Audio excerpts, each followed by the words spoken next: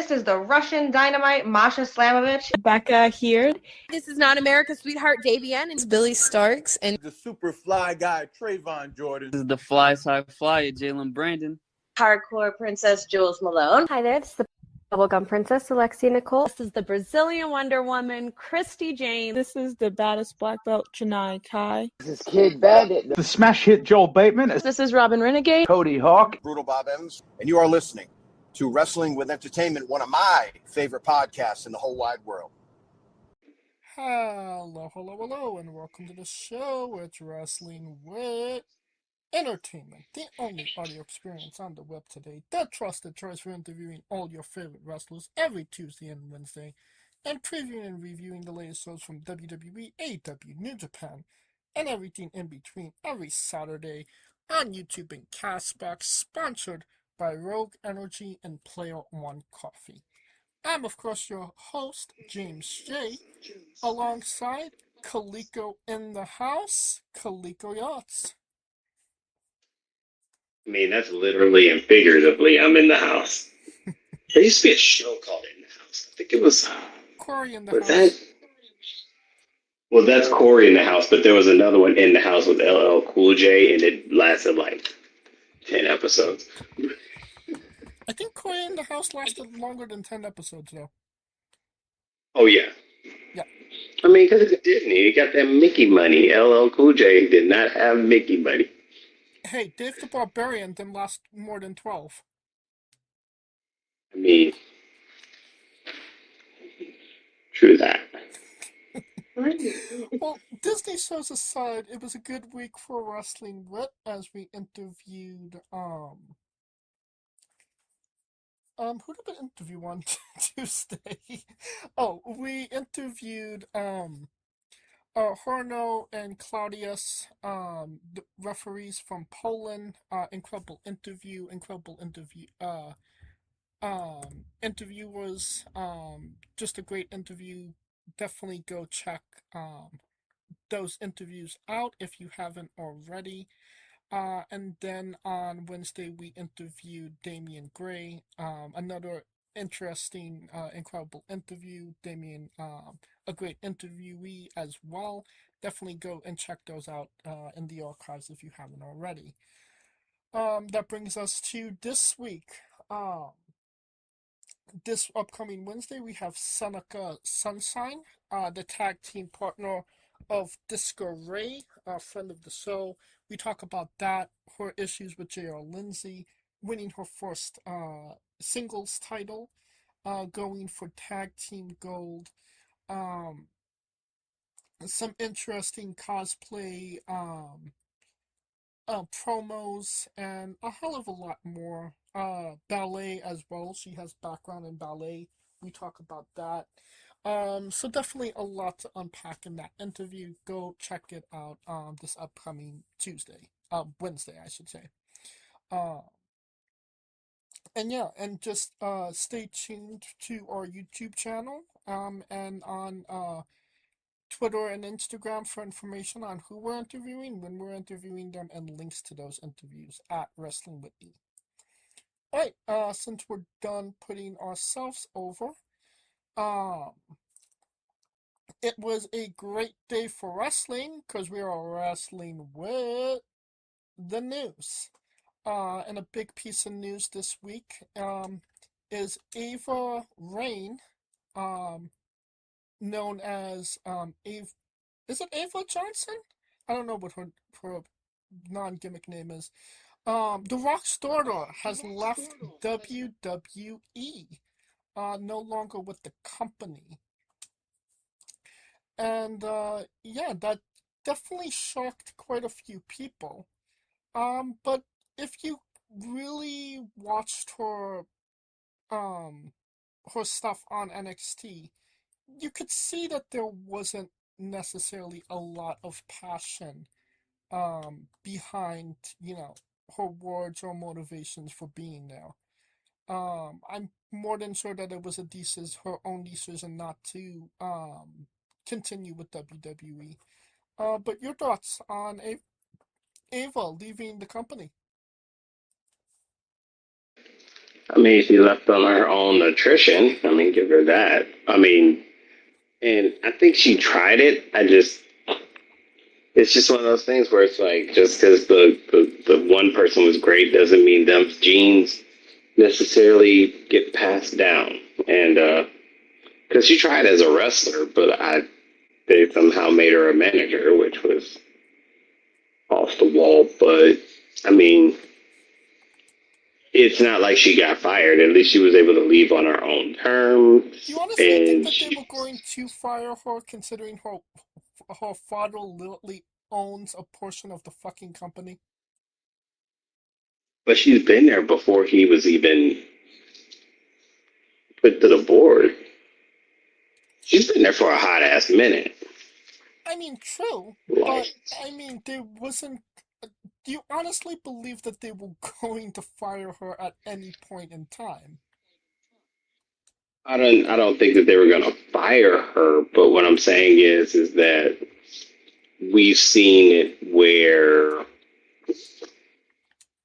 many of superstars whose kids or whatever enter the field and they don't make it and they get let go. It's just part of the game. So just because she's a rock daughter doesn't mean that she's not uh, exempt from that possibility. And they were trying to renew her, so she didn't do it. So her and her, because I think her partner was there too, right? So both of them dipped out. Dumas. I don't remember Mhm. what her first name is, but her last name was Dumas. And yeah, I mean, the only reason she didn't get cut was because she was dating Ava at the time. As of this recording, I haven't heard that Dumas, left. Um, Maybe she's still employed by WWE, but I don't think her chances of staying is good, considering that, you know, I'm sorry to say it, her meal ticket, left the company. Well, it's funny because my source was like, "Oh yeah, I had just talked to her Tuesday," and it just came out of left field for everybody. So I guess they're going on creating content. I don't know what that means. That could mean a million of nowadays. That means a bajillion and one things when you say create content. So, Yeah. I mean, but honestly, best of luck. no, absolutely. You know, I could definitely appreciate she wanted to try, obviously what made her dad famous. It didn't necessarily translate well for her, but, like I said, she tried it. It wasn't necessarily her passion, per se. I'm sorry, but she didn't necessarily translate well to the crowd either. It's so weird how, The Rock could be, such an charismatic magnet, so to speak. And his daughter is kind of, like when you put a magnet reverse, it kind of, um, it Like pushes, sides. When you put it on the right side, like Lance repel. yes, it repels. It was kind of, it felt like that when it came to Ava. So, I mean, I hope she does something that she finds passion for and is actually good. Obviously, you know, it's going to help that her dad is The Rock going forward. Whatever she decides to do. But yeah, no longer in the company. So, we'll see what happens there. Uh, Speaking of people no longer there, Hiromu Takahashi has formally left New Japan Pro Wrestling. Really kind of ending an era in New Japan, honestly. There is no original ungovernables in New Japan. Naito, Bushi, Evil, Sonata. Well, I mean, Sonata's still there, but he's not. I think he left pro wrestling as a whole at this point. Um, But yeah, Sanada Hiromu no longer with the company, so nobody really representing the ungovernables. I mean, Yoda Tsuji was the last person to join, but I mean that was, I wouldn't really call him, a OG. OG. So yeah, it seemed like at one point they could have made him the face of the company, and for whatever reason, they just never went with it. I don't know why. That is true, but Hiromu, man, I, the only thing I hate about him leaving is because I thought he would have been a great IWGP champion, like heavyweight champion. Hmm.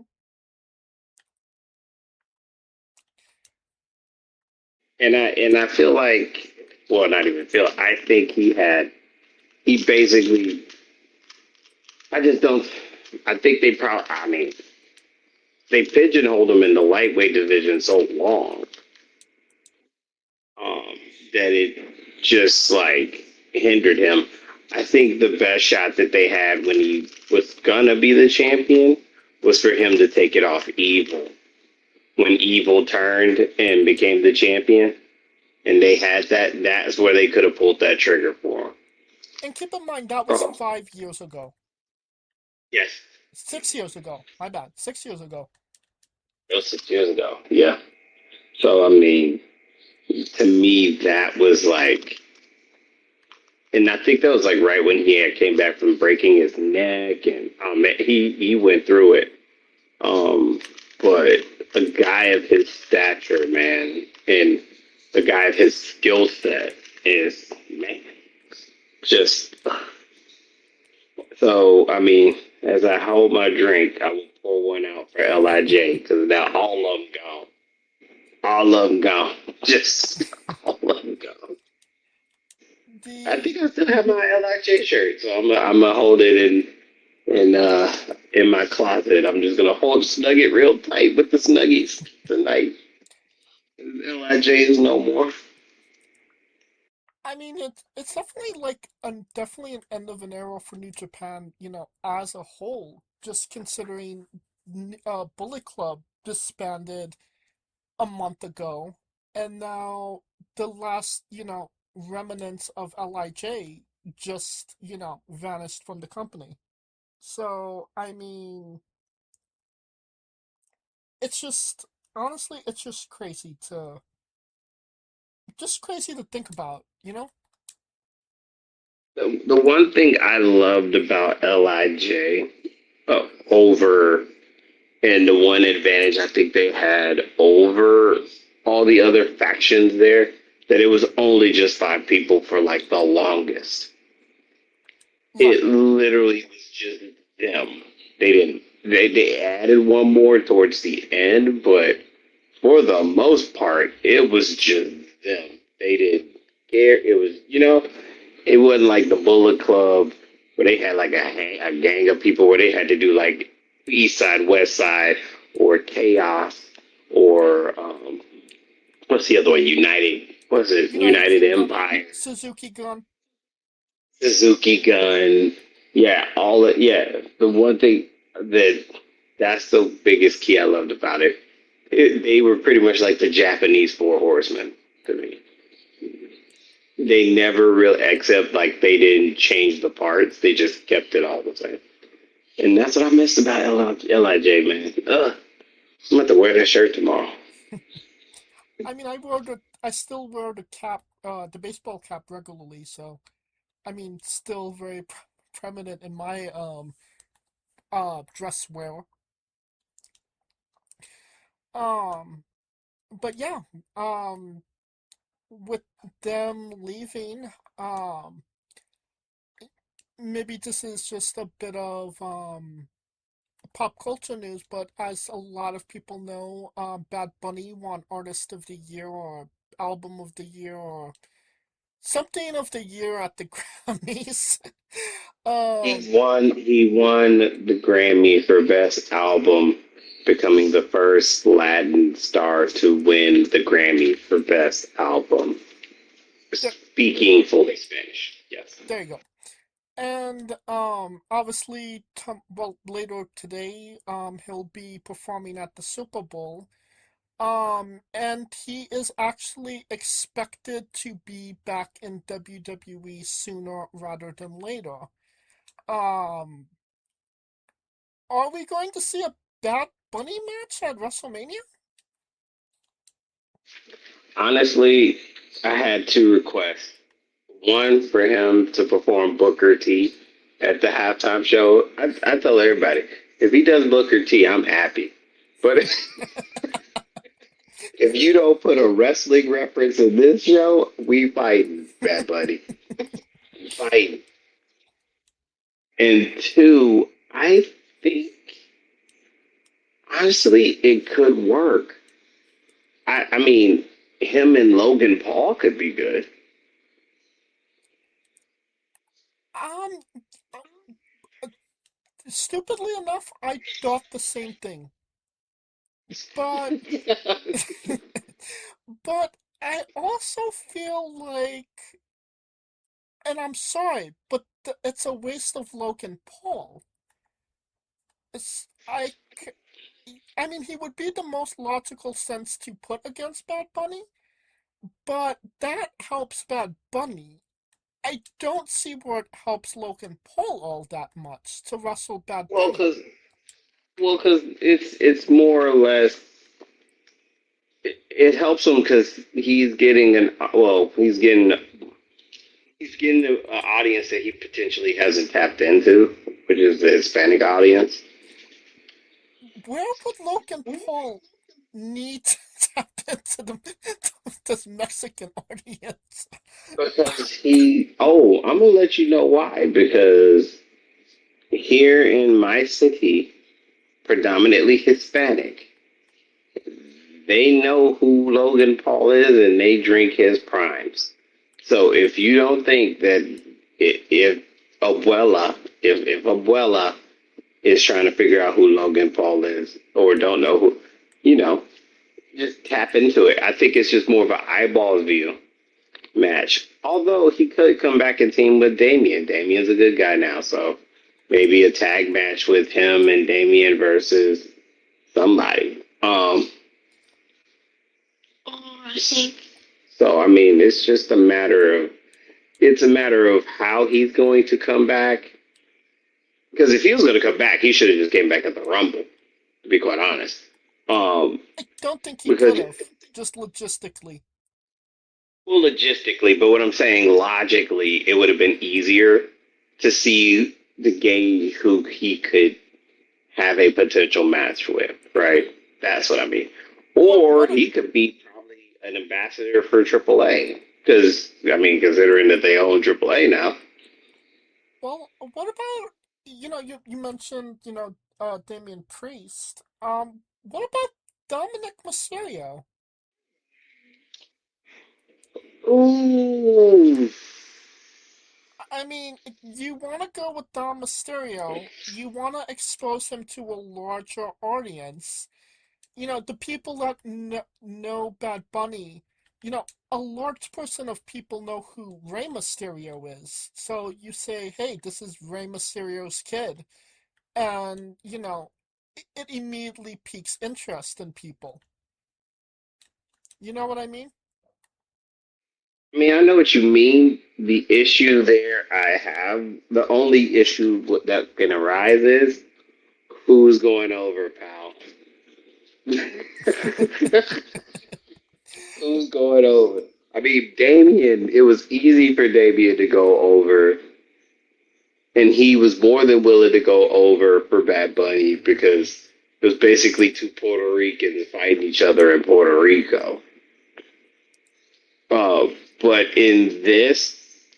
with this, it can have certain implications because you're thinking it's Puerto Rican versus Mexican, and I'm gonna let you know right now. Mm-mm. Mm-mm-mm. I mean, is there any other Puerto Rican wrestlers there that he could wrestle? I mean, other than Zelina Vega? I mean, Damian Priest. I mean, if I think we who established Damian Priest here, Calico. Primo is Primo and Epico there still? I No, mean, they are not. that's Carlito's that's not there about either. it. Yeah, Kalico's not there either. So yeah, but Primo and Epico, shit, Carlito. I mean that those were your ones. No, you're not wrong. But, but I think if he's going to do anything, he maybe could do something in AAA. I mean, him and La Parca. I'm sorry, but I don't think that they're going to waste Bad Bunny on a AAA show. Man, they brought Canelo Alvarez to a AAA show. I Ain't don't know no, who that is. there's what? What? I'm sorry, I don't know who that is. You don't know who Canelo Alvarez is? I know who Carmelo Hayes is. Isn't Holy, that UFC fighter? holy shit! Canelo Alvarez is only well, at the time before Bud beat his ass, he was the biggest boxing athlete in the world from Mexico. Okay, well, So if they brought Canelo's ass there, they'll bring fucking Bad Bunny like it's nobody's business. Because reggaeton, and the one thing that helps him is his music is primarily Spanish. He has no English songs. It's all Spanish. So the appeal is there. I mean, Him beating up on, what is it? La Hamburguesa. There you go. I mean, this sounds maybe out there, but, you know, Bad Bunny's kind of like a feminist icon at this point.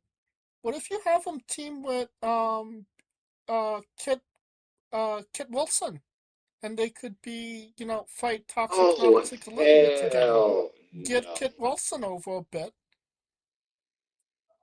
Bad Bunny is already fighting America because people think he's not American. So don't team don't team up with the British guy. Yeah. Let's not. Let's one step at a time, my man. Let's just one step at a time. But speaking of the UK, a new NXT champion was crowned, and if you believe in him, if you say his name, he shall appear.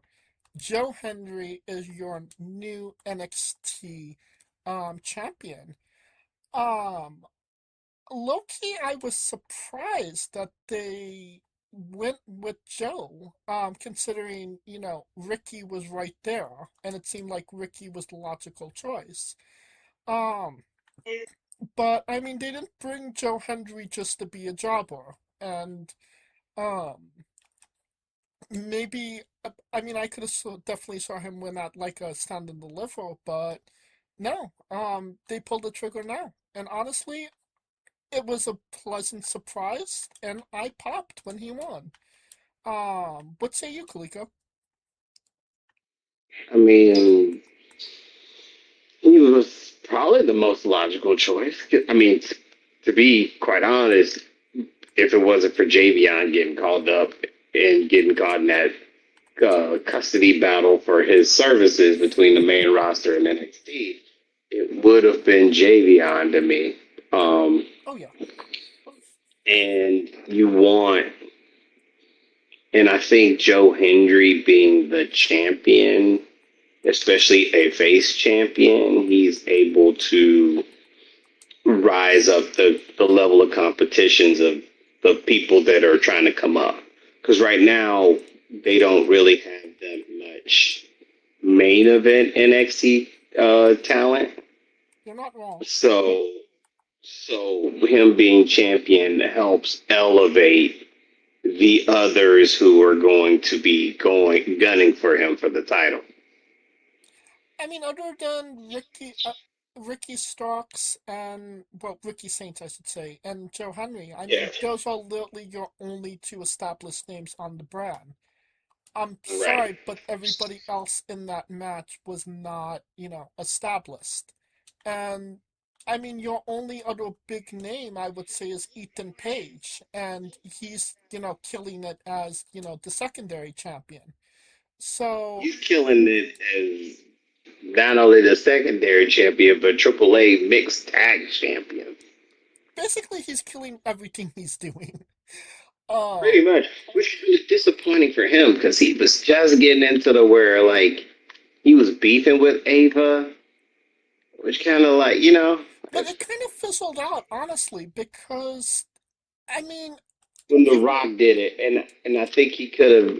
I would have thought it would have parlayed into him trying her. That was my thought process. I would have thought they would have parlayed it into him actually pushing that envelope, but clearly they did not. So well, I mean, I don't think that they were going to do, unfortunately, a mixed tag match, or a match between Ava and Ethan Page because they don't do intergender. I mean, they could have did something with Chelsea with an intergender match, but obviously, clearly, Ava could not perform, in the ring.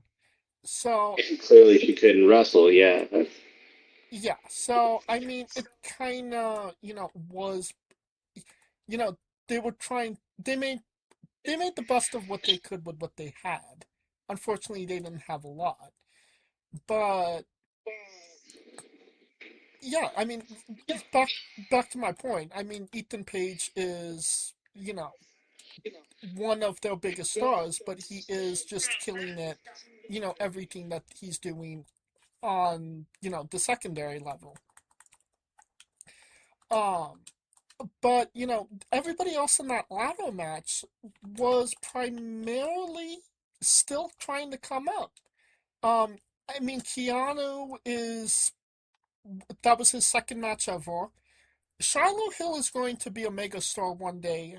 It's going to happen. You just kind of have to wait for it. Um, the guy from Dark Stain. I mean, I see some potential there, but definitely not a superstar yet. They're trying to do something with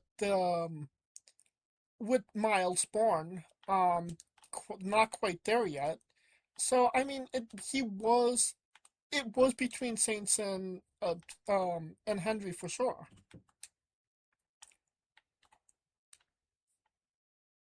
I mean, yeah. I mean, yeah. Everything you said makes sense. Like we said, it's just that shit's bare, and they need to start pushing people up. And I think the people that are going to stand out, I think Keanu Carver. The way that they set him up, they're basically putting him as that big, massive heel, which is crazy because that dude is just running around disrespecting any and everybody. He one of them, yeah, them DMV niggas. And, yeah, yo, it's wild. He wilding out there. Um, I don't honestly. I have no idea when it comes to Keanu if it's going to work out or what because maybe that shit's flying on NXT, but I highly doubt that it's going to fly when he gets on the main roster, especially with guys like Roman Reigns, Seth Rollins, CM Punk. I mean, even Braun Breaker at this point, I don't think would take that shit. And honestly, all of those guys could like legitimately smash him if they needed to. You know what I mean? I mean, yeah, and I think 40% of that is an act. Or no, no, it's 40, 60. No, I'll say 70. 70% of it is probably the character that he is trying to portray. Right, I get that. But I mean, if What's the catch here? What's supposed to intrigue me about Keanu? It's definitely not his name, as I've I established mean, in our last I think episode. it's more just the brazenness of not caring. Uh, it- uh, how can I put it? Think of like when Kevin Owens first got there to NXT, Yeah. volume 8. That's what I'm thinking they're trying to portray it as. Well, we'll see what happens there. Um, Keeping with WWE news, Joe Henry is the new NXT champion. CM Punk's your heavyweight champion. Um, which means he is not susceptible to anybody coming after him, including Vince Russo. I'm a better world champion than CM Punk. I won't need to wear a shot when I wrestle. These are actual quotes from Vince Russo about CM Punk at the last JCW show. Okay. Vince Russo believes that he would be a better is a better world champion than CM Punk, and that he wouldn't have to wear a T-shirt when he wrestles. Obviously, a couple of weeks ago on Raw, CM Punk wore a shirt when he wrestled. Kevin Nash kind of shit on him for that. CM Punk made a joke of it. All of that happened. Now Vince Russo's jumping in on it. I don't know what crack he owns, but he just needs to like give me some of that. I'm gonna need some of that shit.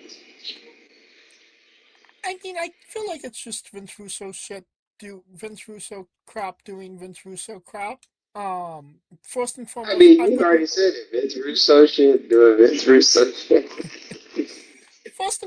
I would not want to see Vince Russo without a shirt. Please and thank you. Never, no, absolutely not. Second of all, what's the point of calling out somebody from a company that there's no shot of you ever going to. I mean, he's trying to, promote. He's just trying to get shine on the Juggalos. That's all.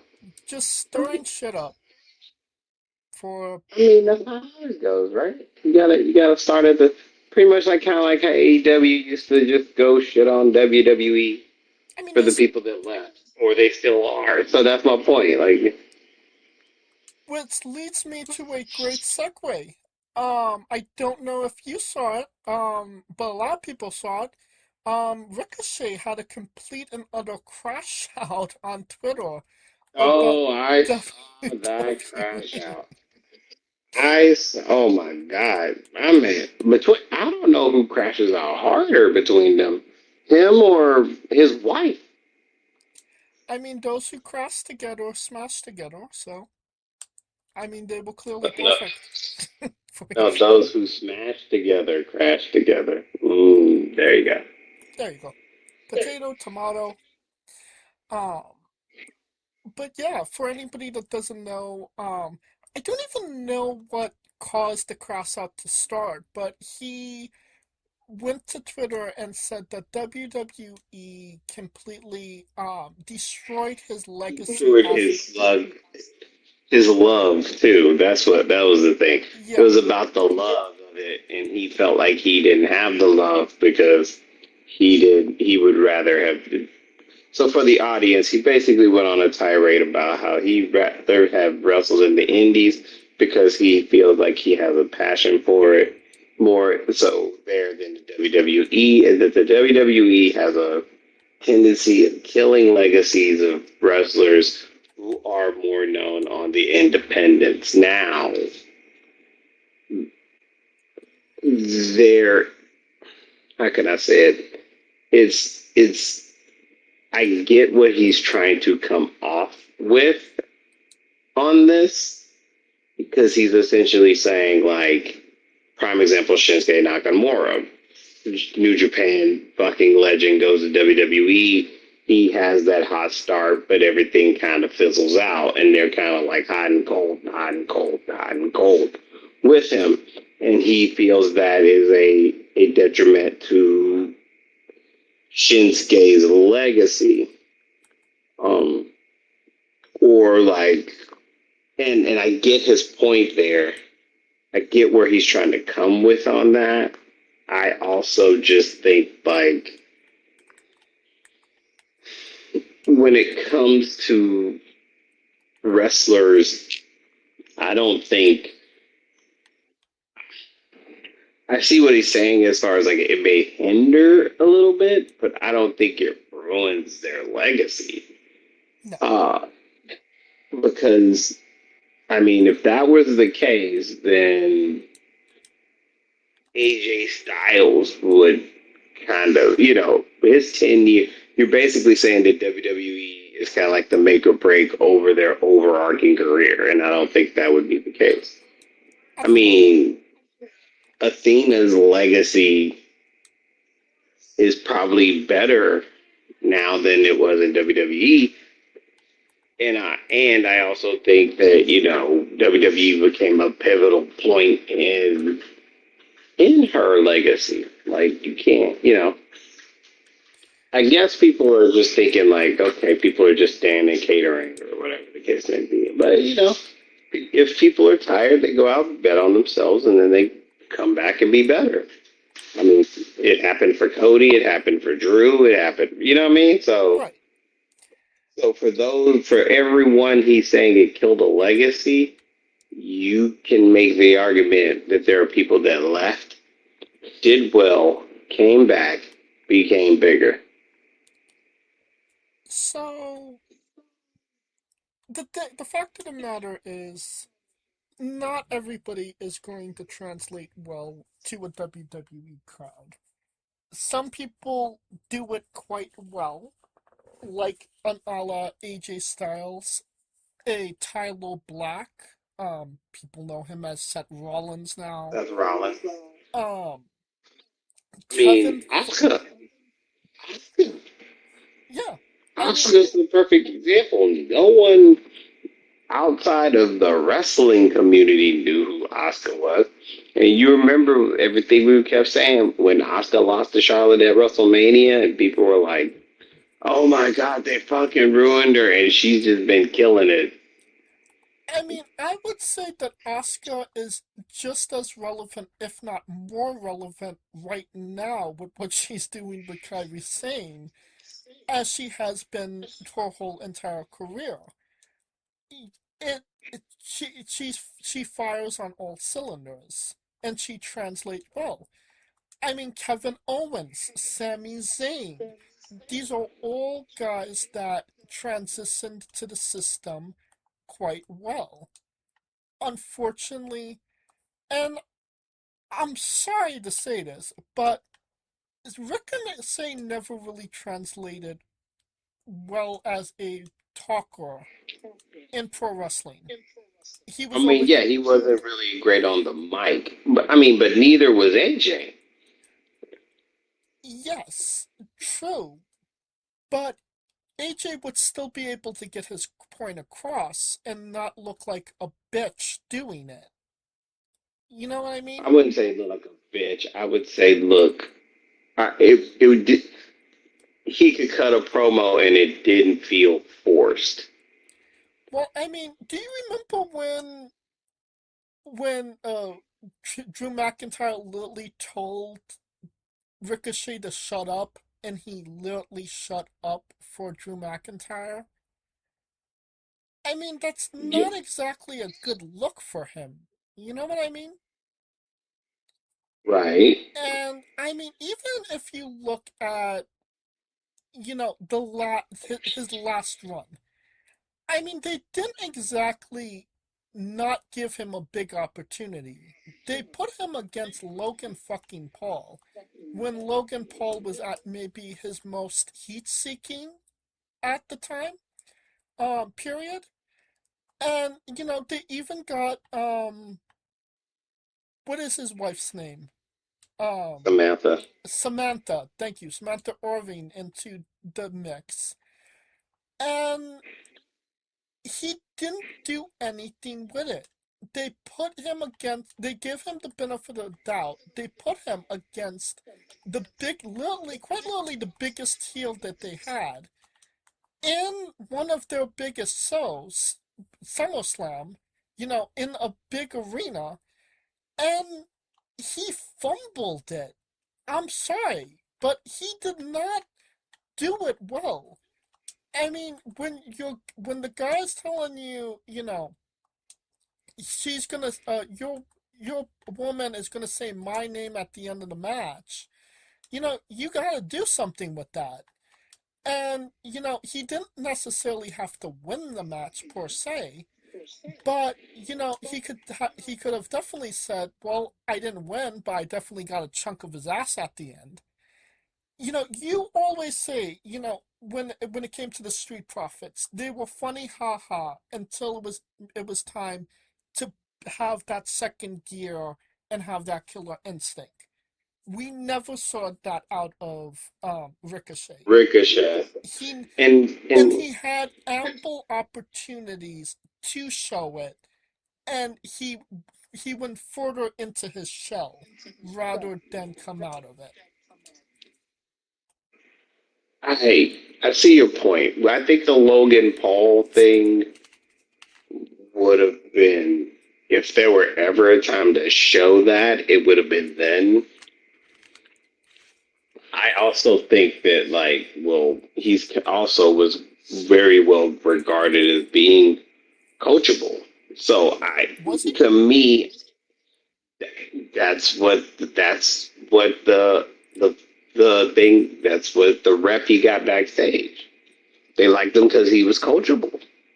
They liked him because he listened to them.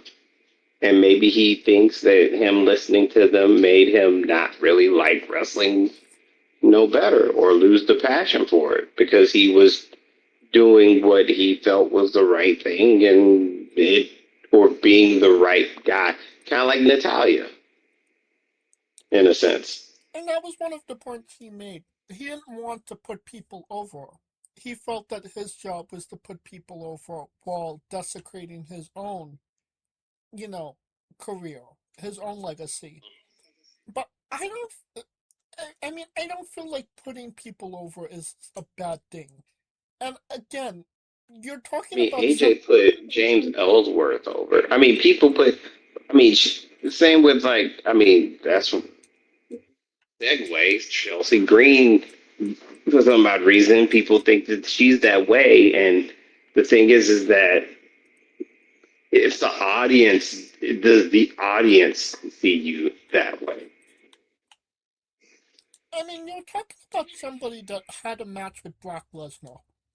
How many guys actually get an opportunity to be in a segment with Brock Lesnar, let alone a match with Brock Lesnar? True. I just also, I also just think maybe that's not the highlight for him. I mean, that's not his best moment. He doesn't, and he also just, him saying that is kind of like how Dean was like that. Dean Ambrose was like that when he was like, I was depressed and didn't want to get out of bed, and when he was in WWE. Mm-hmm.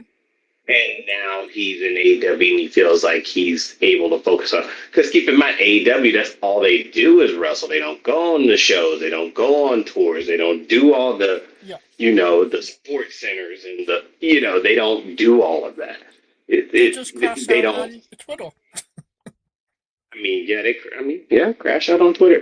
They crash out on Twitter, but then they just do the wrestling and go on their way and then go to do other shows. So it's not like, they're beholden to anything. And if they don't have to do it if they don't want to do it. I just feel like if you were really, happy with where you was, you wouldn't be talking about all of the reasons you were unhappy somewhere else. Maybe that's just my Well, opinion. I mean, somebody probably brought the question up and hit them up with it. So And I mean, all you have to say is, I he appreciate crashed that. the hell out. He did. He crashed the fuck out. I mean, all you have to say is, I don't want to talk about WWE. I'm in AEW. I appreciate if you liked me in WWE. That's like literally all you had to say. And you No, he decided was to not have gonna. a crash out about it. No, he wasn't gonna do that. Well, Him or Samantha. What do you expect? well, I mean, talking about somebody that transitioned from to WWE, well, and now is transitioning into AEW. Tommaso Ciampa, wildly enough, again, made the transition to AEW. Felt it was a better fit for him. No problems there. He already won the TNT Championship from Mark Briscoe. Good on him. I would make the argument it was maybe not the best time to take the belt off of Mark. My opinion, but I could obviously understand where, they want people talking about Tommaso now. So, that's how it went. So yeah, congratulations to Ciampa. What anything you have to say about it, Kaliko? I mean, best of luck to him. I mean, clearly he in the same boat as Ricochet. I mean, people just, maybe they feel like there's a ceiling that they can't crack, so they got to go crack it somewhere else and then come back with leverage. Well, I mean, from what he said, he preferred being on the alternative than the main. Um, if he would have stayed on NXT, he would have been fine with that, but they put him on the main roster, and he wasn't necessarily into that. But I mean, that's completely fine. So I mean, it doesn't seem like he ended things on bad terms with WWE. I mean, how could he? He had a fantastic run. Whether it was, I mean, I think he maybe didn't scratch the surface with what he could have done on the main roster, but legendary NXT run for sure. Oh yeah, him and Gargano had like the best rivalry history through line ever. So yeah. So congratulations to Tommaso Ciampa. Right, that will conclude our coverage of the news. And now a quick word from our sponsors. So, Rogue Energy, the only gaming drink company in the world with 4 unique product lines to suit your task at hand, whether it be juices, shakes, smoothies, and everything else in between. Their low-calorie, no-sugar energy formula is the perfect alternative to sugar-filled canned energy drinks and sodas. Their extreme formula provides the most energy, focus, and sports performance possible. Their hydration line offers focus, ingredients without the added caffeine. Drink it anytime you're thirsty. And their shake formula is so delicious.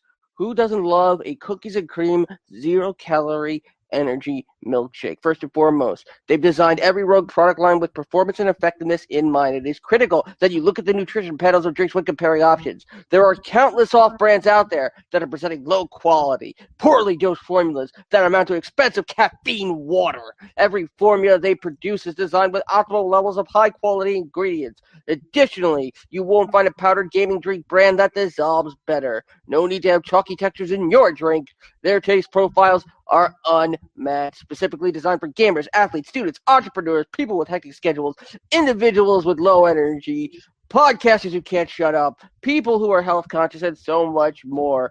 Great as both a pre-workout and as a coffee energy drink replacement. Specifically designed every Rogue product line to be the best gaming drink on the planet. Rogue Energy, more focus, more wins. Use promo code WRESTLINGWITHE for 10% off your next purchase. And we are wrestling with WWE Royal Rumble Rehab. It took place in Riyadh, Saudi Arabia, at the Riyadh Season Stadium, and Akbar Abdul Majigajaga Stadium. Attendance was 25,000, and it was made, and the whole arena was made in less than a month. Gotta love that Saudi Arabian slave labor. I know that labor laws are off the wall. They didn't do no clearances, no safety equipment, no OSHA, no. I mean, but that's always been the thing. Ever since, even with the what was it, the when they had the World Cup and they built the stadium and people were dying like crazy. So yeah, go figure. You would think that they would have more careful life in Saudi Arabia. You know, a country with swords on its flag. But hey, go figure. Oh, that's why I ain't going. I mean, I love the people there, but I ain't going there. Fuck that. I mean, one, it's a dry state. It's a dry country, and there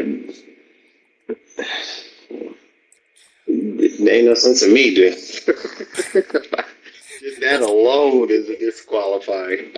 That's literally your worst nightmare. It is. Now you can smuggle. I think you can bring them in, but I don't even want to risk it. I get that. That's smart. Smart man. They'll probably put me on drug charges for bringing like Heineken to the goddamn thing. So, shit. Political issues aside, the Royal Rumble, it was a thing last week.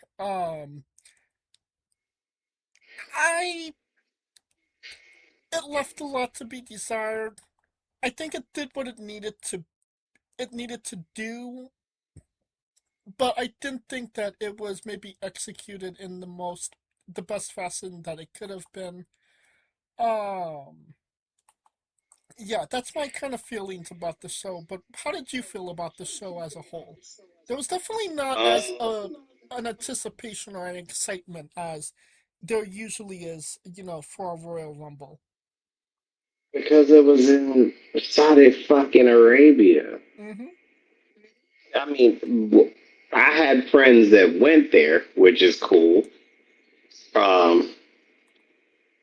So they, the people there are nice and genuine and so on and so forth. Now, this is where I'm about to give you some insider tea that kind of like, that kind of goes through it. So WWE is pissed right now about Saudi Arabia. Really? What about? One because when people, the biggest thing that people had a problem with was because of the way it looked, as far as like the LED lighting, and it may look like people weren't there. Yeah. Mm-hmm. That's one aspect, and they also were running meet and greets at the same time as the Royal Rumble. Really? Yes. So that's one of the biggest reasons, and they are looking to like have some changes made before they, a couple of concessions that are needing to be had because of how this show went. So I mean, it's going to happen, and plus, I think that's the first Royal Rumble I've seen where there have been no chick. The only chicks I saw there were the people in the Royal Rumble. Yeah, pretty much. So, oh yeah, we're a champion for women's rights, but they're not even there to watch the Royal Rumble. Anyways, Let's get into it. and yeah, so I'll give you that one, but I'm gonna also give you another scoop too as well. Yeah. They're pissed. I mean, they're just pissed in general. They're also pissed at ESPN. I mean, it feels like that there has been a lot of animosity between WWE and ESPN since this deal started in what, September? Well, the deal happened in September, then they forced it, and then the biggest issue that is coming along is mainly because of the fact that, the cable carriers, ESPN having to deal with the cable carriers and trying to get it to carry over, right? I've already told everybody I have a YouTube TV, so I'm kind of out of the game. However, you're supposed to be able to link it to the ESPN and now to the ESPN Plus, and that is the biggest factor because ESPN not linking it to those cable carriers, meaning they're not getting viewers, which makes their viewing numbers look bad, which ESPN can in turn go, how come I'm not getting all these viewers? So they're kind of beefing with each other over the fact that, like, motherfucker, get your platform together so that way we can get this shit viewed and people can, see it and we can get the numbers up. Also, keep in mind that the ESPN app is still relatively new. They literally debuted in September. So there are still bugs to be fixed when it comes to all of that they have not fixed. Well, there's that, and then you got the fact that for YouTube TV, it's supposed to be where it's integrated with the, the app itself, YouTube TV. But the problem is that YouTube TV and Google just got done fighting fucking ESPN because of fucking college football. So it's all kind of fucked up right now. It's all through booking. But anyway, back to the Rumble. There's your tea for the day. See, look at that. Look at me. Look at me. I thought, man, don't put my resume. Don't hire. From my side of things, going into the Royal Rumble, I'm chronically online most of the time. I have not seen so many posts and asking for ways to stream this show that was not of an ESPN nature. People definitely wanted to get their Jack Sparrow on when it came to the show. So there was very much a lot of people that have been out of the game because WWE paid previews are simply just $30 with ESPN. For the very few that have the add-on for free. So I mean, going into it, it wasn't looking good for them from a legal standpoint of viewers. But I'm sure that the Black Poll had record numbers. I mean, the dark web had numbers. Shit. I'm trying to be a bit more poetic about it. I'll bump all that. But, I mean, it is what it is. I think, I went ahead and just got the ESPN.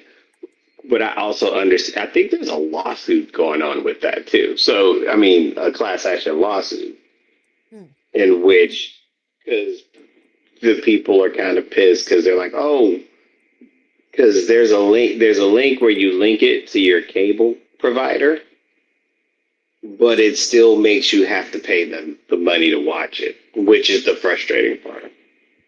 Right. So they see that as false advertising. So that's a whole different animal for another day. Well, let's get into the matches.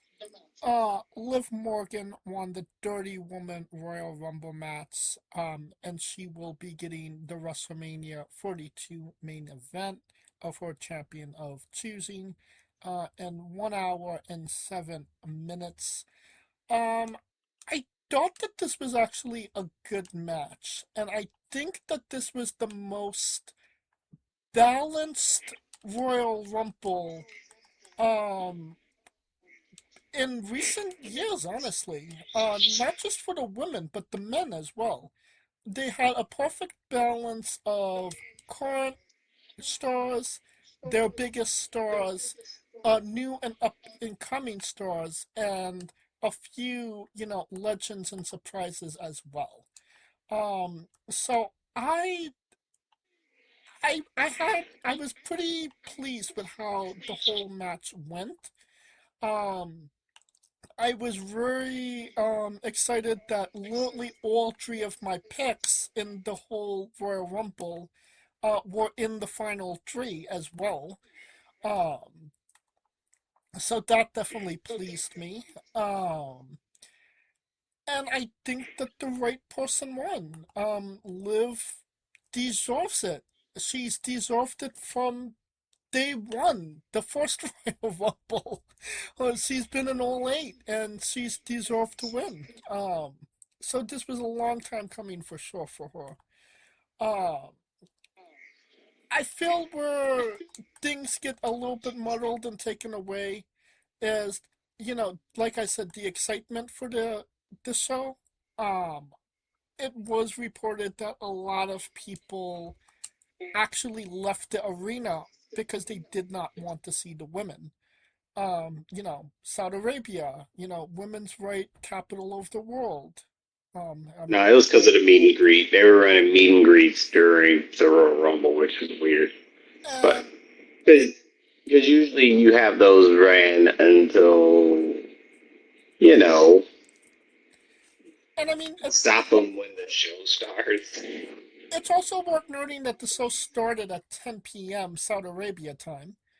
Um, and also, I mean, you didn't really get the clock, the 10, 9, 8, 7, because the crowd didn't do it. And it was also a little bit weird to do it, in house, because the timer didn't seem like it was going properly as well. So I mean, it wasn't perfect, but I would definitely say that it was a well balanced Royal Rumble match. What say you, Kaliko? Uh, I think it was this Royal Rumble, the women's Royal Rumble was probably the best Royal Rumble where everyone looked strong.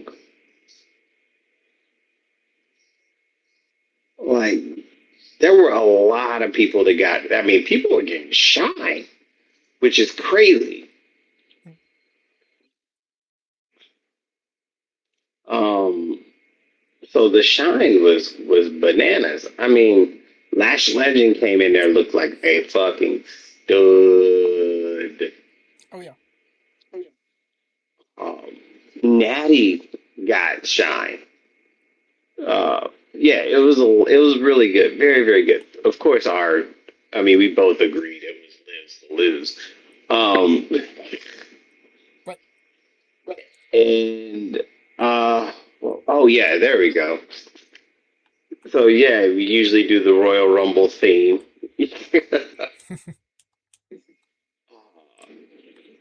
And what was it? Last year's theme was, what was it? Oh yeah, last year's, what was it? Rhea? Rhea won it last year? Yeah, it was Redemption. No, it was Charlotte and Cody. Oh yeah, Charlotte and Cody, so it was Redemption time. Yeah, it was basically redeeming. No, it was Jay. It was Jay and Charlotte. Yes. Yeah, you're right. Jay and Charlotte. So this year it's Roman and Liv, and this one is like back for the first time. This year's theme is back for the first time. Because it's almost like the people that won were people who they were back like they never left. I mean, Liv, keep in mind, 2025, she started off as champion, lost the belt, Got the tag team champions. got the tag team champions, got hurt, and came back, and it's almost like she didn't miss a beat. And then, of course, we'll get to this year's men's with the theme in it. But for her, yeah, she missed about 6 months, and it's almost like she never left. Yeah, I would say that she hasn't missed a beat. She didn't have her first match until, I believe January. So I mean, she came back in November at the Survivor Series. I had her first match back in January. Yeah. Yeah. I mean, but the right person won. And yeah, so now, and of course, well, spoiler, she's going after the belt. She never really, I mean, the belt she lost, and she wants it back. So now, Makes sense. And obviously there's some tension between her and Raquel right now as well. Oh, yes, and I cannot wait for that to jump into play. It's funny how But we started with a tension between Liv and Roxanne, and now the tension shifted to Raquel and Liv. oh yes, so something's gonna give, and I mean, congratulations again to Liv. Oh man, her in person. Oh my goodness. But anyways, but yeah, all the women looked very very strong. It wasn't like one of those like. They had Power Ranger power. I mean, it was power. It was a gang of Power Rangers there. Mm-hmm. I'm happy Lash looked good. I'm happy that Nia looked good. I'm happy that Lola looked great. Lola would have looked better if she wasn't in Saudi Arabia. And Jordan Grace is on my short list for eliminating her. And then, but Natty came. Natty came with the Natty. I'm like, yes, yes. So I mean, yeah, it's gonna be interesting to see how all the stories that came from the women's Royal, and it was a very story-ridden Royal Rumble too, because I mean the Charlotte Alexa thing, the Becky Maxine thing, then Becky going to AJ thing. I mean not AJ, but Becky going. I mean Natty. the Becky Maxine thing, and then Natty goes and Natty Maxine, then Natty goes and eliminate the Becky, and it's just going to be a lot going on, and I mean. And that was the good part. So now everyone kind of has a purpose of what's going to go down as far as WrestleMania season for everyone, which is good.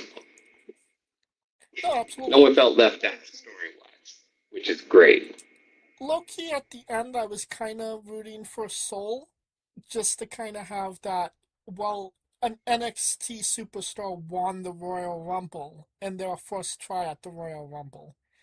That would have been a really nice little story to be told. And obviously, there's already high tensions between her and Zarya. So that could have been played up even higher.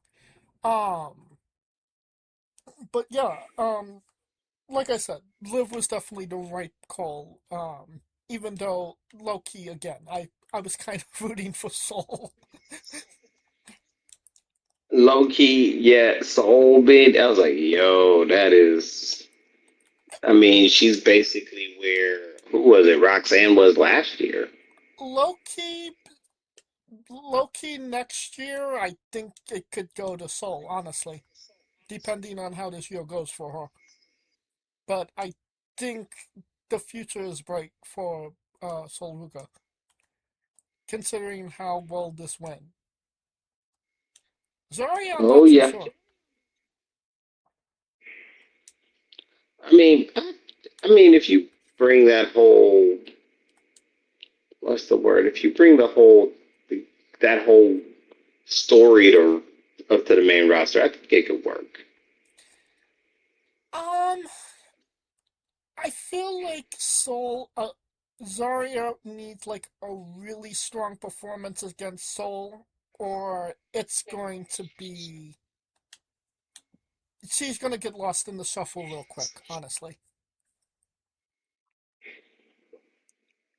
Like, Mm, the only thing holding her up right now is that she is around Sol, and there's so many issues she has so many issues with Sol, but all of the issues are her fault, Zarya. Like, she can't win a championship. Well, she's the one that lost all their matches. She lost Sol's title for her. So, I mean, mm-hmm. Sol doesn't have a reason to be angry at Zarya. Zarya don't have a reason to be angry at Sol. Sol has all the reason to be angry at Zarya, and yet they're going the other route about it. So, I mean, they really have to, make her look undeniable against Sol in order to make it work with her, I think. Um, the,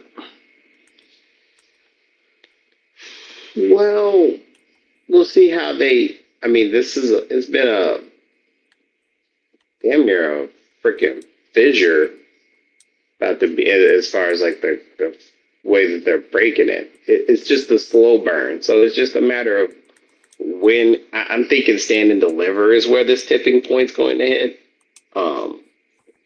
That makes sense. That's where I would think it would go. So I mean, so we'll see how it goes. But I think Soul is probably closer to the main roster than anything. So eventually, maybe. I mean, we'll see how they. You think that after Mania? More than likely. Finish things up with Zarya, go to the main roster. Okay. Back to the Royal Rumble. How many stars you give it?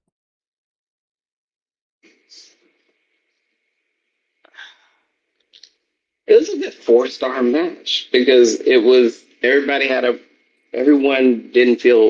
a purpose and no one felt out of pocket.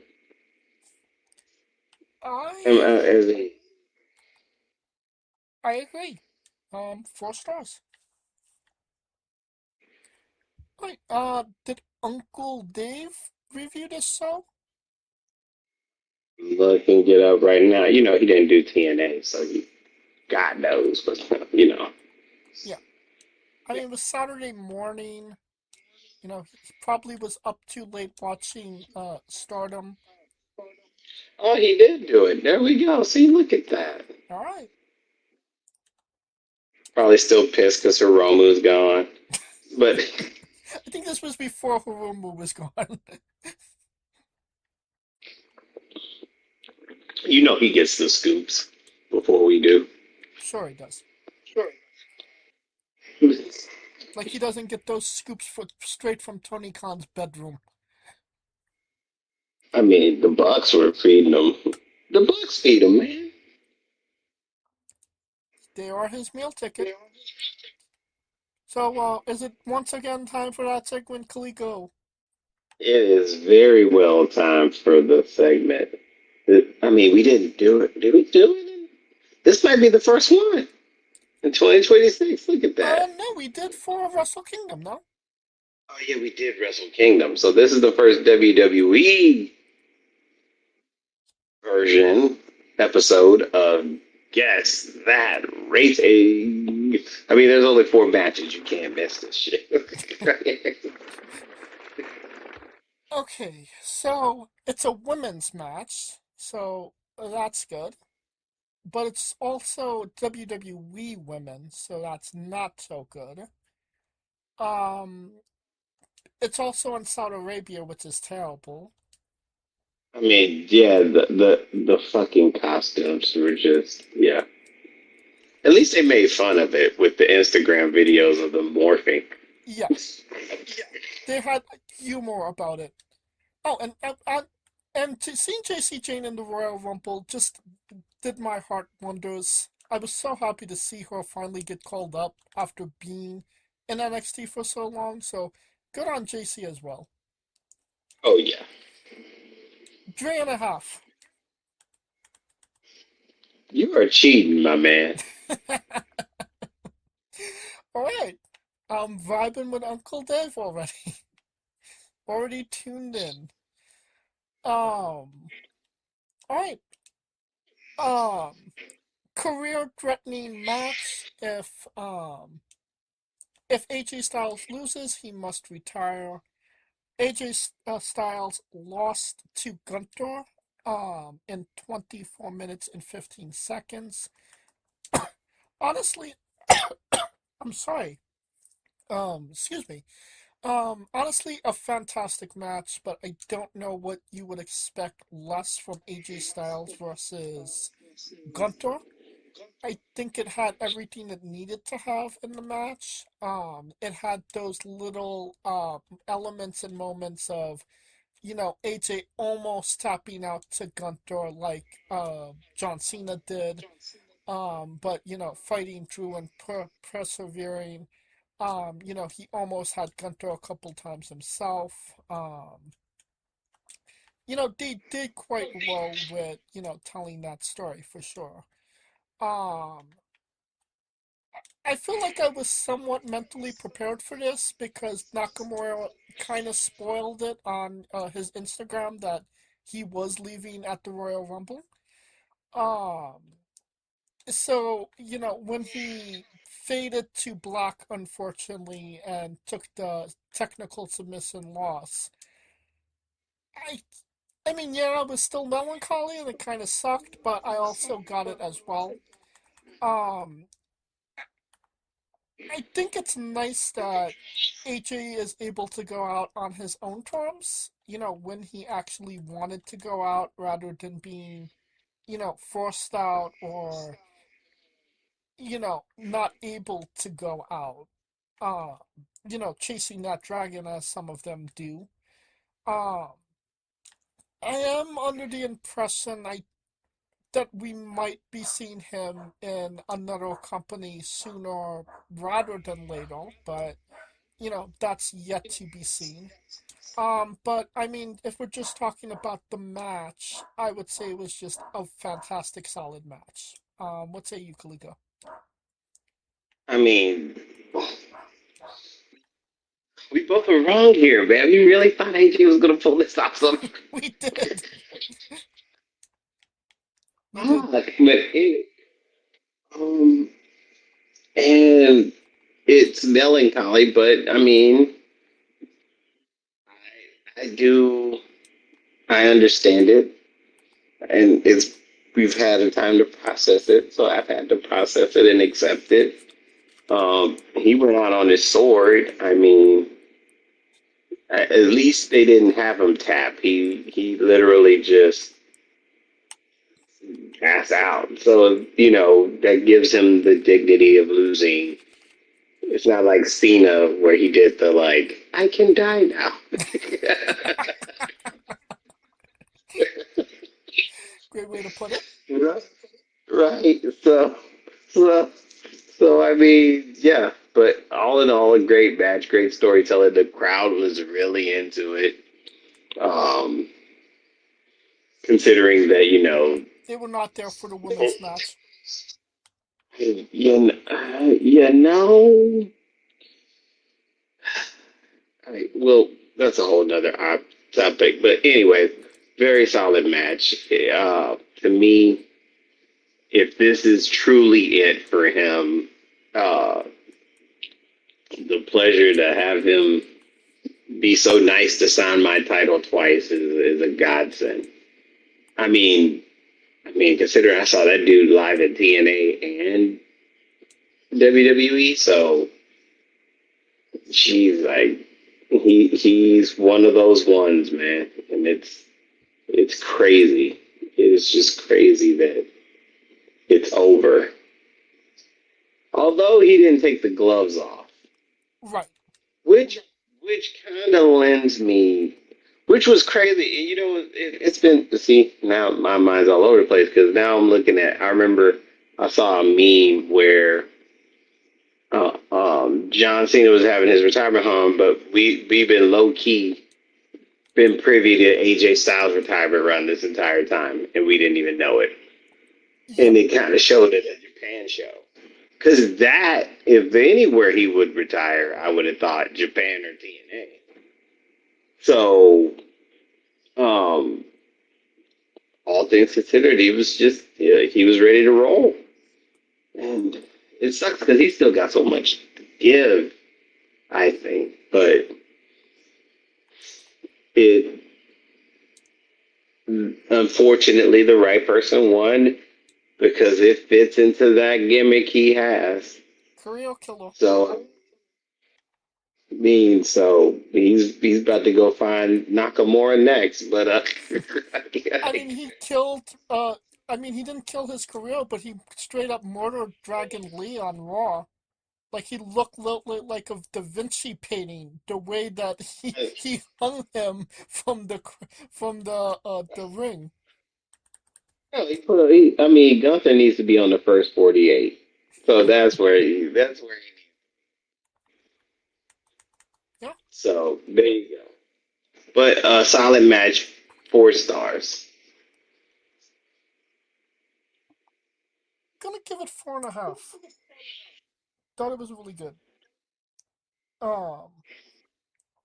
And low-key, I don't think it's over. I think that we might be seeing AJ Styles in a AEW ring, if I'm being completely honest. I think we might be seeing Kenny Omega versus AJ Styles maybe one more time. And I think if this is actually going to be a thing, if he is actually not retiring, that is. And I think we're definitely going to see Samoa Joe versus AJ Styles match. Maybe a tag team match against the Bucks, maybe a team with the Bucks, who knows? But I mean, the possibilities are endless. I mean, we could even see a Gallows and Anderson match, as well. You know, those are the guys he's kind of more connected with. We might, I mean, if he's not really under contract anywhere, maybe he could have another match with Kazarian. Who knows? But I mean, if it was it, then I mean, it would still be a great way to end it. Against Gunter. Maybe not the venue, for obvious reasons, but definitely the right person. Alright, Uncle Dave.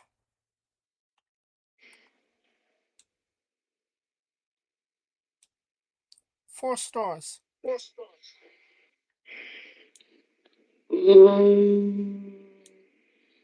Let me see. Dang it, it came out. My dang on. Hold on. Oh, went out. Meow. But it was not 4 stars. I do know that. 3 7/5.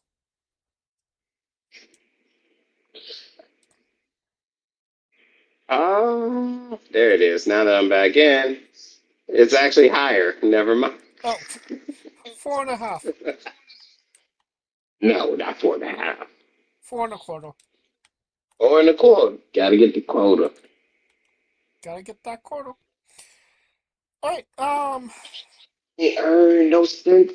You better beg for the quota. undisputed WWE Championship match. Drew McIntyre defeated Sami Zayn in 16 minutes and 15 seconds. I was right about Sammy being the guy to wrestle Drew as well. Um, I'm sorry, but it was hard to get invested in this match. I didn't really care about it. Um, you knew that Sammy was in the position that he was in because of where they were. Um, not really, not really for it, honestly. And I mean, it was very predictable that he was just fodder for Drew McIntyre's first title. Well, not his first title run, but his title run as of right now. His first title defense, I should say. Um, I mean, it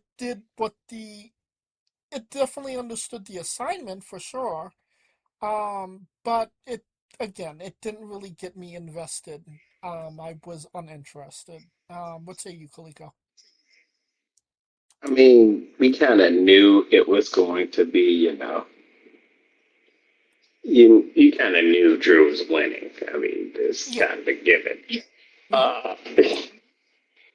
I guess they tried to give him that hometown faith discount, and clearly that did not happen for your boy. But the right person won because Drew is basically Scar with the title now, and I like it, and I love his justified demeanor in all of this. So I'm not mad at one bit. Oh yeah, So I'm definitely not mad that Drew won. I'm just was uninterested in the match because I knew he was going to win. I mean, everybody knew he was gonna win. That's why we both are probably thinking it's a 3-star match. um, 3 stars. Yeah, that's a fair assessment. 3 stars. See, told you, man. Look at that. Oh, Uncle Dave. Oh, Dizzle. 3 stars.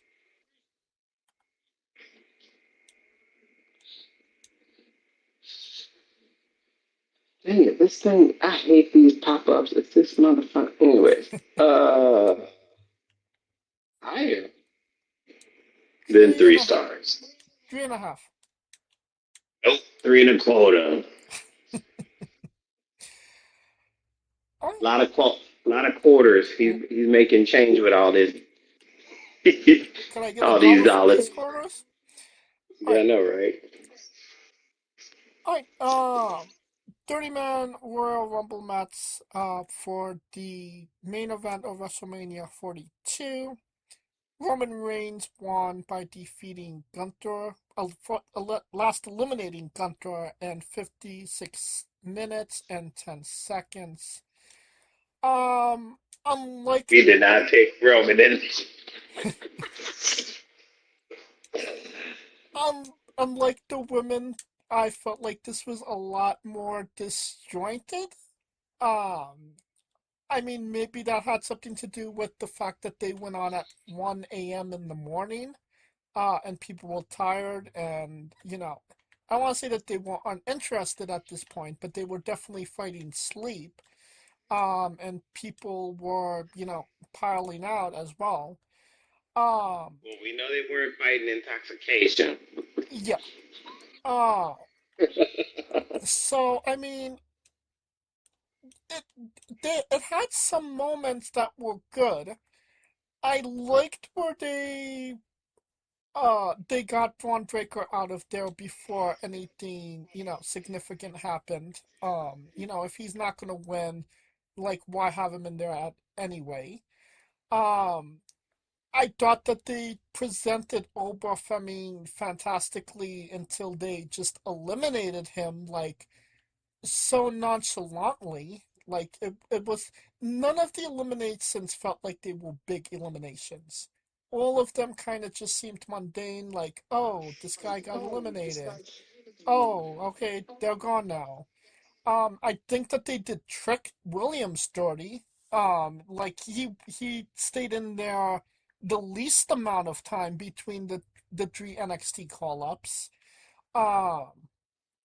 Rusev and Zack Ryder is on Paul. That seemed right for them. Um,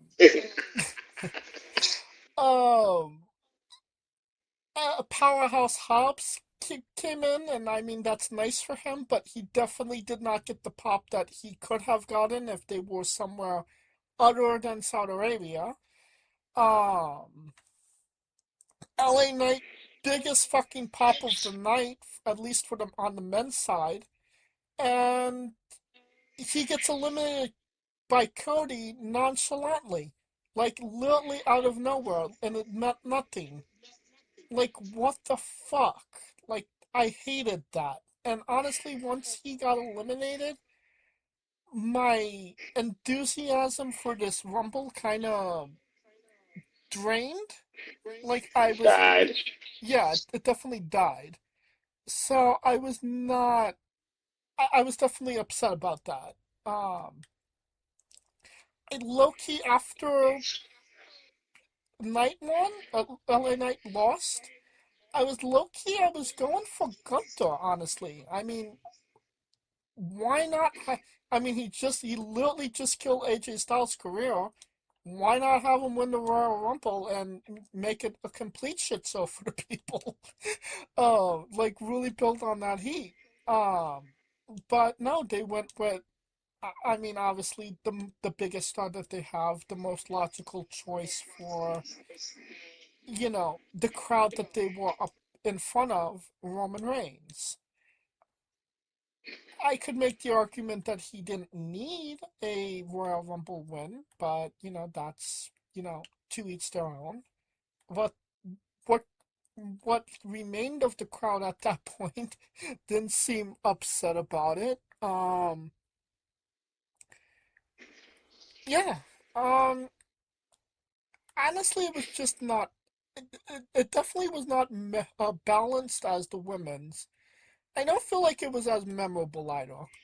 It just kind of was at this point. It was just kind of like, okay, get this. It was this thing, yeah. Yeah, get It's this one in shit. the morning. Get this shit over with. Yeah, let's get this shit over with. It's 1 in the morning. Need to go to bed now. Yeah, and that's kind of what happened. What say you, Kaliko? Although, I mean, you missed the best part. What do you mean? The El Grande Americano. That's right. The original El Grande Americano and the current El Grande Americano. Yes, that was one of the best things. I think the Royal Rumble, it worked out. Uh, Braun getting eliminated that way was really shocking, and it was, it was good because it made Oba. It kind of got the roadblock out the way for Oba to look very strong. Um, yeah, his elimination was kind of mundane, but when you look at how they presented him in the first, being the tone setter for the Royal Rumble, it was it was really really good for him. I thought the biggest pop was Trick. Jesus, they were. I mean, Trick was that was a pop. Oh, Trick Williams is going to be a massive star in the next 6 months. He is, and I think the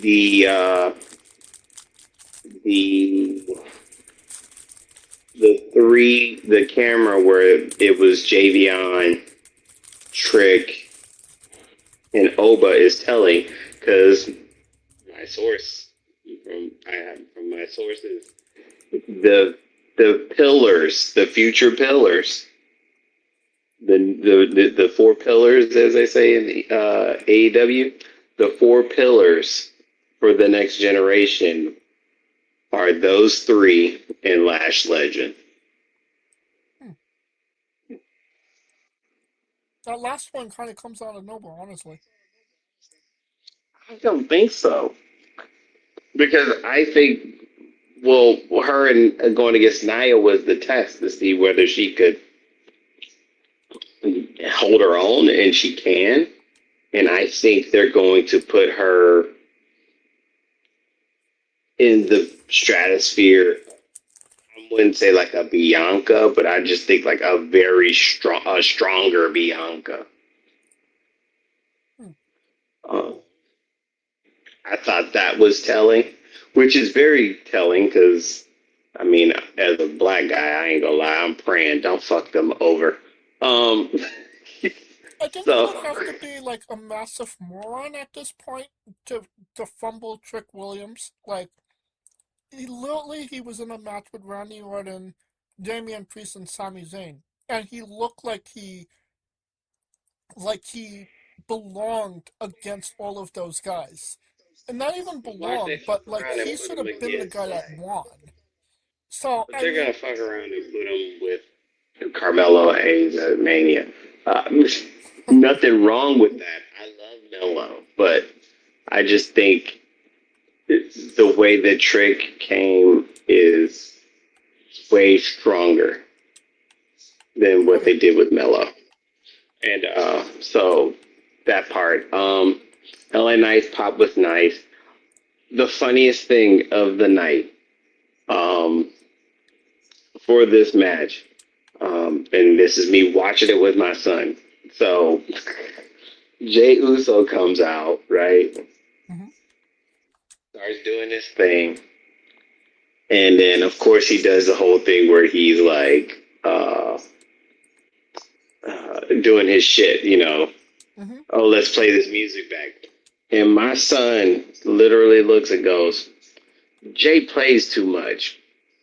Wow. Now watch. This is the crazy part. He said, Jay plays too much. Now watch. Now, next thing you know, Roman's going to come out and beat his ass for playing too much. And literally on cue, Roman Reigns comes out and starts beating his ass. I'm like, you can't make this shit up.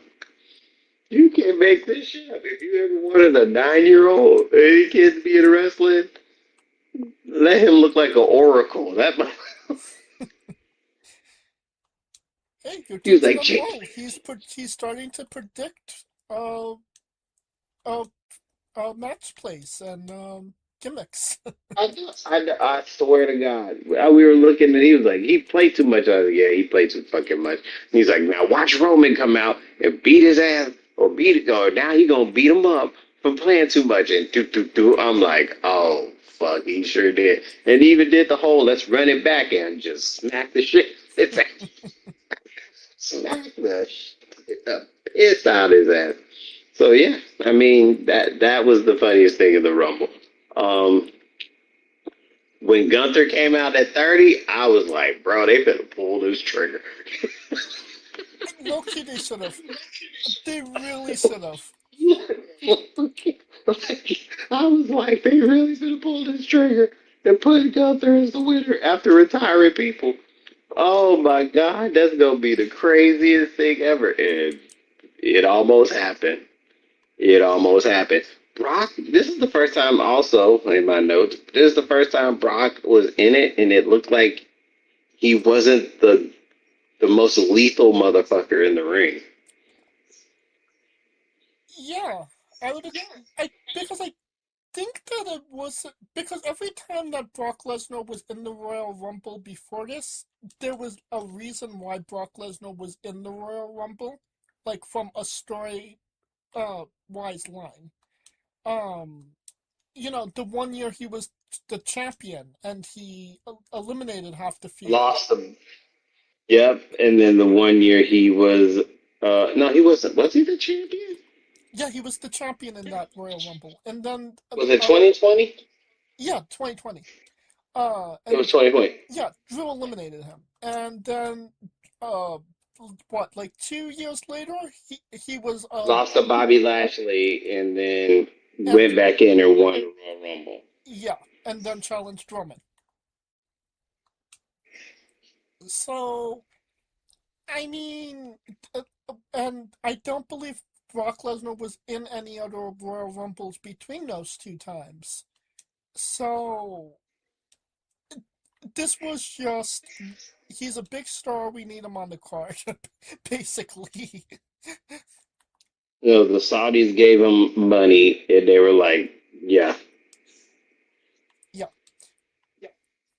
I mean, that was big, another, like, mundane elimination. He just got eliminated. Like, no stakes whatsoever. right." I mean, but yeah, but Roman won, and once again, it's the back like he never left because even though he wasn't in the title picture, he felt like he was a title every match he had, with the exception of a handful, uh, were main event feeling. I'm not going to say that they were main event caliber, but they were main event, like they felt like a big match when he was there. So Right. the back for the first time, man. He's once again back at the title for the first time, like he never left. And of course, he picks Punk, which I like that because they had beef that never got settled. Right, because low-key it kind of, their hatred went to Seth rather than, their hate was directed towards Seth rather than each other because of what they did with each other. But, low-key I was kind of disappointed that he went with Punk because it was the heavyweight champion and not the WWE championship. But the promo that he cut on Raw, I'm picking you because I hate you, actually got me more invested in the match with those words because it's not because of a title he's picking him. It's because he hates him. It's personal why he picked him. Oh yeah, he took this personal.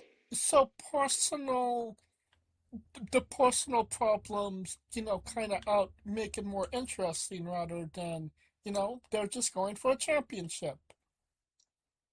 Well, it's a comparison thing too. I mean, Punk been great setting it up in the sense of him saying, "Hey, bro, hey, you think you're this dude, but you're just doing what I already did.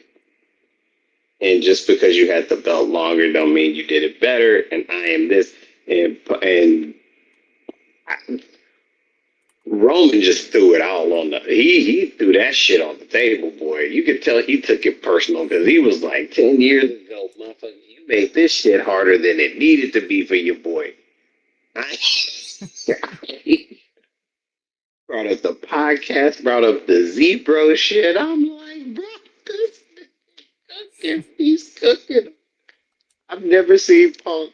I mean, Punk got cooked on the mic. I mean, out of all the Shield members, Roman cooked him the hardest on that motherfucking mic. I wouldn't say that he cooked him because Punk definitely held his own, but he definitely I'm not saying that. He definitely I ain't saying that Punk made his point. Hey, right. No, I'm not saying that Punk lost the promo battle. Even Punk had a smirk like, yeah, that was good. Yes. Like, think of the last time you see Punk go, yeah, that was good. What, Cena? You know what I'm saying? So, like, it just goes to show, man. It was just like, bro, you tried to take my wife, man, and da-da. And the fact that he cussed, that's what you knew I mean, I'll put it this way. They may or may not have personal beef with each other, but god damn it, you couldn't tell that Monday. Well, the thing about Roman, you said he made it's personal. Most of all of Roman's rivalries are personal. Like, as hard concrete as he is, he's actually, very emotional because he takes a lot of the shit that happened to him very personally.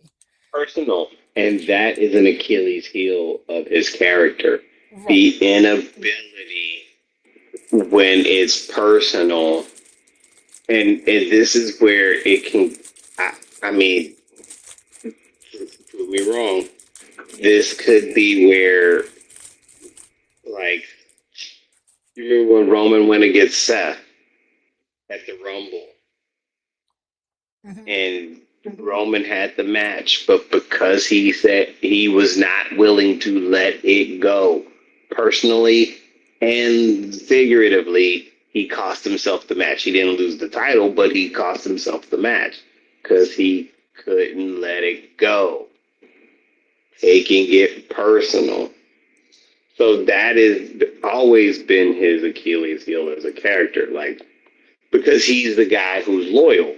And for some odd reason, WWE has done a great job of making it to where Roman has never betrayed anybody, and yet he's the one who's always betrayed. And or has a gripe with somebody. Quite literally, everybody has betrayed him. Seth Rollins betrayed him. The original Seth betrayed him. Seth betrayed him. Sammy betrayed him. Both of his cousins betrayed him. Like, shit, everybody who he's dealing with is either I mean, Kevin Owens wasn't really personal. Drew McIntyre really wasn't personal. The Vision, to a certain extent, wasn't personal. It's more Seth that's personal. I mean, he took a shoe. That feels personal.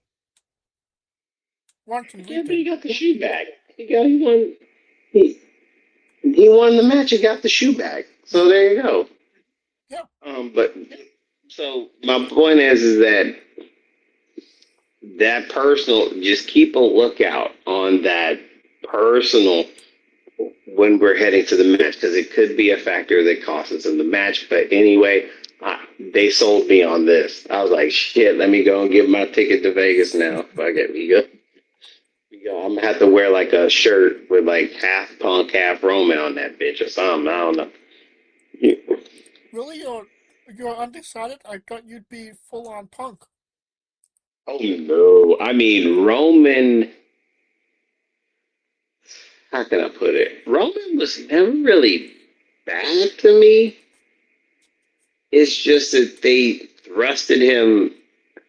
Me personally, I never had an issue with Roman being on the top spot. I just think they didn't. They just basically left him with what was left of the Shield and say, "Hey, run with that leather," instead of letting him develop his own persona and character like Seth and Dean. And now that you see that when he finally did it, it puts him on a whole new stratosphere. So that was the biggest thing I think WWE did a disservice to him for. Like, part of it was the whole Punk thing. I mean, and it's, well, not even that. It was like maybe 5%. But to Roman, it's 95%.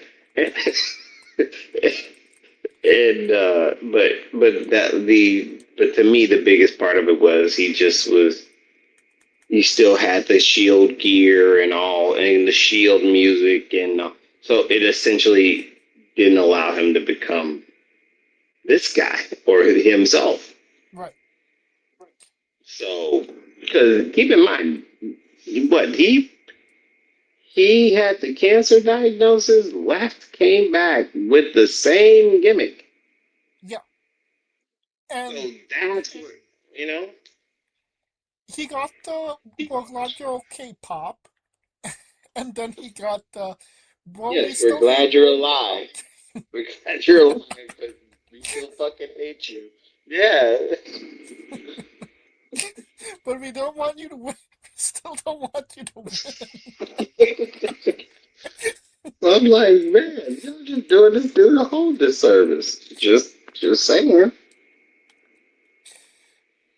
Oh, that was so long ago. but I mean, literally the pandemic did him wonders because he dipped out for 36, came back before 37 at SummerSlam, won the title, and now we're here. So Yeah, and now he's what? Only person to main event 10 WrestleManias? yeah, basically. I mean, funny how that works. Um, and to see him how he came from when he lost the first main event at WrestleMania to now is crazy. But back to the original point at hand. Yeah, this whole Royal Rumble was just like this one compared to last year's did not feel as big as far as the men. And that's just because once again the crowd has an atmosphere. 25,000 people is different than 70,000 people because God damn it, if you had it in the States, you easily would have had at minimum 35,000 to 40,000. I don't even, and I mean, I don't even think it's that per se, but definitely the fact that it was in Saudi Arabia, they don't cheer as they're not as rowdy as we are. They don't necessarily have as you say I would say spirited motivation as well. It was also outdoors, so the because most of the Royal Rumbles are indoors, so the crowd chanting echoes a lot louder. And I mean, the fact of the matter that it literally started at 1 a.m. in the morning, I can't imagine didn't play a factor into that as well.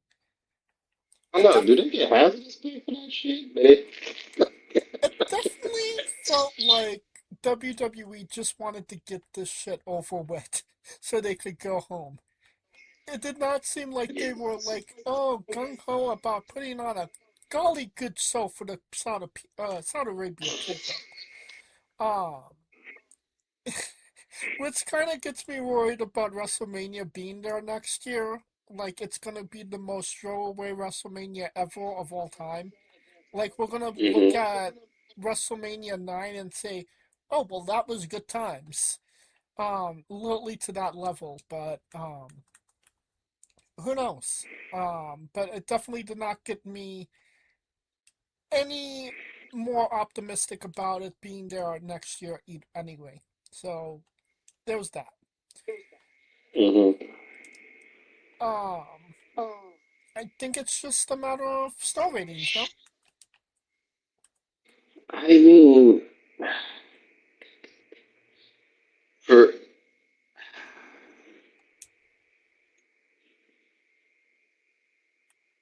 it's not a 5. Undoubtedly. It's not. It was good. It wasn't. Fuck it. Yeah, this might be my first 3 7/5 because it was good. No, seriously, it was good. It just the crowd, all of that factors. So it was good, and things happened. It just didn't seem like other than Roman winning and Oba at the beginning, there wasn't and hell when the Grande. I mean, if prime example, the Americano spot. If that was in America, we'd be fucking marking the hell out right then and there. Mind would be No blown. Two question. Americanos. Mine would be gone. And the crowd would just be like, oh shit, da da. They would have came up with a chant or some shit, hug it out or something like that. Saudi Arabia was like, who are these dudes? Kaliko, have you ever seen Avatar: The Last Airbender? Yes. Do you remember that moment when Aang goes to the first island and he says, "I'm the Avatar," and they like say, "Prove it," and he does like this really simple, mundane thing with Wen, and this kid just freaks out to the point that he foams from the mouth and passes out from excitement. That Yes, that would have been us. that is an That was us. American crowd for That would have been every American in America for El Grande Americana. Yes. that's the kind of pop the Grande Americanos would have got in America. That's what pisses. You know what pissed me off? They wasted that pot. They wasted that spot. That was a waste of a spot. They should have did it in America. We would have fucking. I mean, they were literally in Philadelphia the next night. Well, 2 nights afterwards. Like, that would have been the perfect moment. But, That would have been. That would have just. I think the roof would have blown off. Philadelphia would have ate that shit up like every cheesesteak in the whole fucking state. Mm-hmm. So you're going with 2 7/5, right? No, 3 7/5. 3 7/5. That's. I'm gonna be less complimentary, and considering you went with the quarters, I'm gonna say 3 1/4. It was better than Sami Zayn and Drew McIntyre, but it wasn't better by that much. And after LA Knight got eliminated, my enthusiasm kind of got deflated, so that definitely played a factor into things. Not to mention, like, crowd-wise, all the issues that I, brought up. Yeah, it definitely wasn't the most memorable Royal Rumble for sure, especially considering what they did last year. So yeah.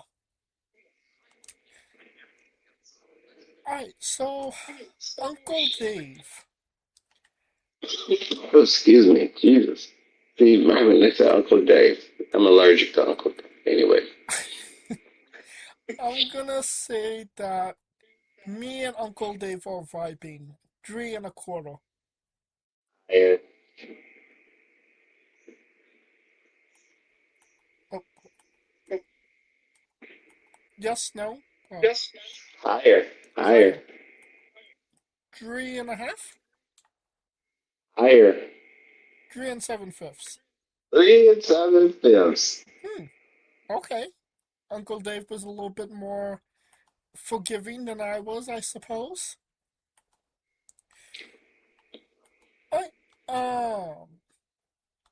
The show as a whole, thumbs up, thumbs down, thumbs in the middle. Thumbs in the middle. It just felt it. Only Saudi Arabia would make something like the Big Four Royal Rumble and make it feel like a Monday Night Raw. I mean, yeah, that's literally the best way to put it. I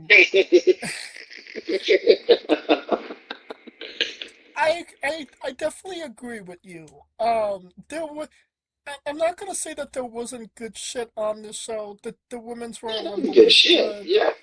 The AJ Styles match was, dare I say, phenomenal. It just was done dirty by a bad crowd. So for those reasons, it's thumbs in the middle for me as well. So what have we learned? Nothing, because they are not good. They're gonna go right back on that mother. Yeah, probably in November. And that's where Mania is gonna be. I can only imagine WrestleMania week and oh Lord, that's gonna be what? I mean, them girls gonna go visit hospitals or something. What the fuck they go?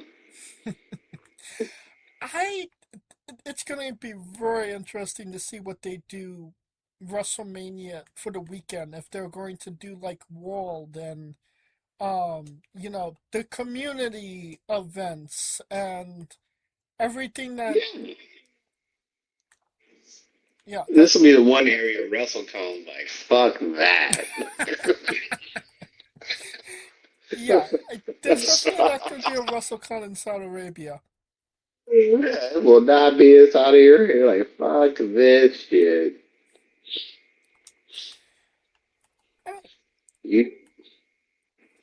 That will conclude our coverage of the Royal Rumble in this episode as a whole. Thank you for listening. If you like what we're doing, please like, subscribe, comment, both on YouTube and Castbox. This was sponsored by Rogue Energy and Player One Coffee. Join us next Tuesday and Wednesday for new incredible interviews. This Wednesday we'll be interviewing Seneca Sunshine, so check that out when it drops. And follow the show at Wrestling with E, but on Extra and Instagram for information on who we're interviewing, when we're interviewing them, links to those interviews, and so much more. Follow me personally at JamesJ993. Where can we find Kaliko? Oh man, I am Kaliko on the cesspool known as X and Kaliko Chronicles on the YouTube. It's on the YouTubes. 2026 is about to pop off, and AEW's about to do a lot of shows on the West Coast. Might have to do some meetups there, sir. Because I already know you're going to Revolution. I know you're going to Revolution. I know good damn well you're going to Revolution. I mean, I'd like to go to Revolution. I mean, I might as well. I'm going, and I'm like, I might as well bring a mattress because I'm gonna have to like spend the night at the Staples Center. I mean, your house again. It's okay. You could drive back. Fuck that. I'll just spend the night. Hey, fuck it. Use all these points I got from hotels and just Using your WWE points for AEW shows. No shit. You ain't lying. Fuck that. To the Marriott I go. For Kaliko Yachts and Scooter Dust, I'm James J, and this has been Wrestling with Entertainment. I mean, I could lay with all the homeless people there. I mean, there were some homeless people. Yeah, I could. I might spend the night with the people at Union Station. Like, they were smoking crack right next, just chill. Tell them, hey, man, scoot over. I need some more.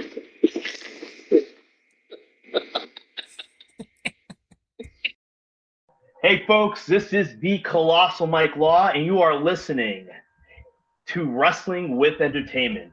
Enjoy the show. Support these guys. We appreciate it very much. We'll see you at ringside.